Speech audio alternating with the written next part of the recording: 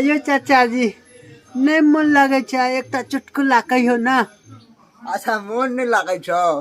देखी तोरा हम एगो चुटकुला ने एकदम रियल घटना सुनबे छियो। देखी तीन टा दोस्त छले, उ तीनों एगो मोटरसाइकिल पर सरसों पाही घूमे ला जाय छले। साथ एक्सीडेंट भ गेले, तीनों मर गेले।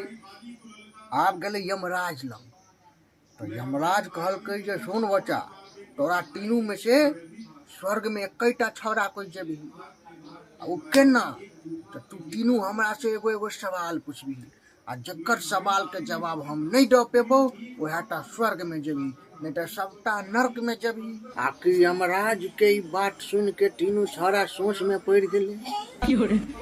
एगो छौड़ा रहे डॉक्टर, एगो छौड़ा रहे साइंटिस्ट, आ एगो सार गजेरी नशेरी छले। सबसे पहला बारी गेले साइंटिस्ट के।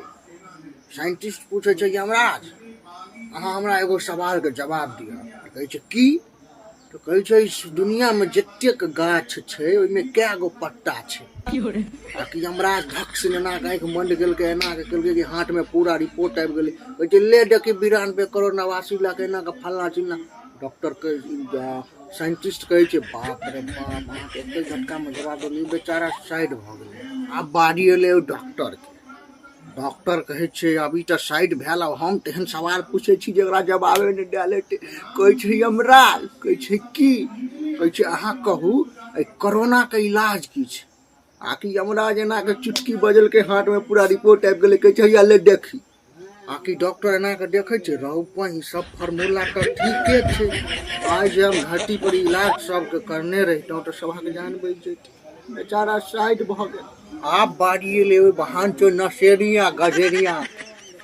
वो कहे छै हमरा सबसे पहले हाँ हमरा ले एगो जाली वाला छेद वाला कुर्सी मंगाओ। हमरा जना के चुटकी बजल के कुर्सी आ गेले। छौड़ा कुर्सी पर बैसले, आ कुर्सी पर बैस के पड़ल के पाँ।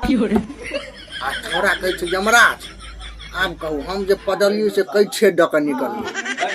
यमराज के तो पूरा ब्रह्मांड हिल गेले। चोरी कौन सवाल पूछ रहलक हमरा से? आब कुर्सी में नाना छेद में देखे छले तो कौन में निकलले। फिर अपन दिमाग लगा के नाना साधु शक्ति सब कुछ कह के कहल के देखी कुर्सी के जे ई वाला छेद छो ओई द के निकलले। आगे बहान चोट गजेरी कहे छै दूर यमराज, ई पाद हमर गैर के छेद द के निकलले। आ की बुझे छियै यो? आकि यमराज ओते बेहोश बही छौड़ा स्वर्ग में चलि गेलै। बही